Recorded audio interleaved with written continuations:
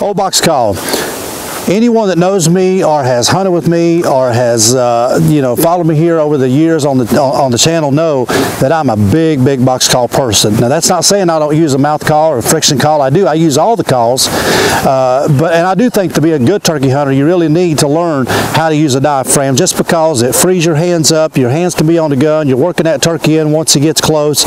But with that said, you don't have to be a good mouth caller to kill a turkey. You can call him up on a box call and kill him, because it happens every year. And I tell you, I have total confidence in a box call. In fact, every single day of my season, which is about a 2-month season, I have one of these in my hand every single day, and I'm using it. That's how much I believe in a box. Now, with that said, though, there are things you can do to a box call to make it sound even better than when it comes out of the package. Whether it's a cheap call or an expensive call, you can tune your box call up and do just a few slight adjustments and make your box call sound so much better. And in them days the gobblers ain't gobbling very good, or maybe they just want a particular sound, you get turkeys to gobble on a non-gobbling day just by doing a few things to your box. Now when this call come out, and I did this for a demonstration, but when this call came out of the package, the lids on most box calls are pretty tight because they're compressed down, the packaging and all that stuff. So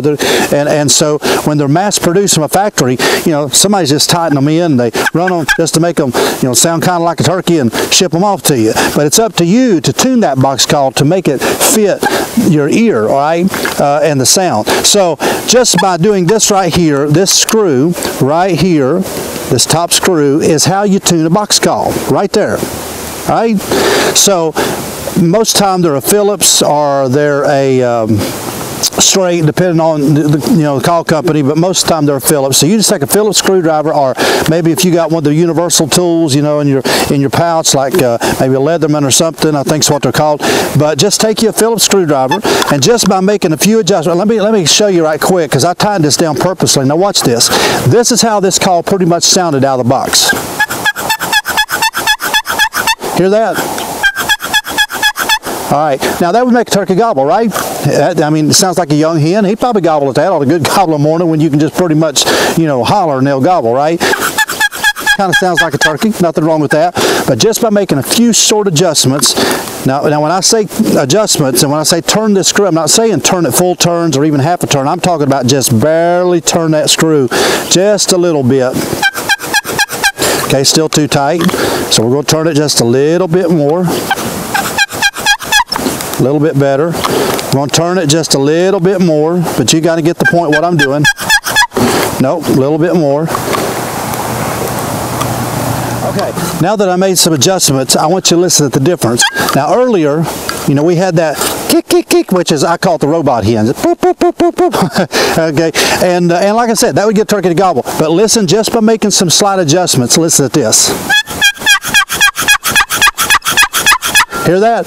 High-low, what I call high-low. What you want is you want that box to start out here, and when you drag it across, you want that drop off, that okay, so you're starting out here, and then right at the drop off, in the middle, you go, right, it's high-low. You get, hear that? That's what you want, okay?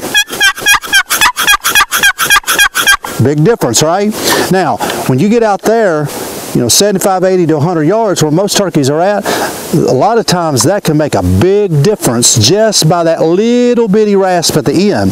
But if you go out there, there's a box call that sounds like beep, beep, beep, beep, sounds like a robot hit. I mean, he may gobble, but when them finicky little sounds might be the very difference in an old gobbler to gobble, not gobble. All right. So again, just by making a few adjustments, you can make your box call sound even better. So tune them box calls up, get that high-low, and when you get out there this spring, when you get out there, man,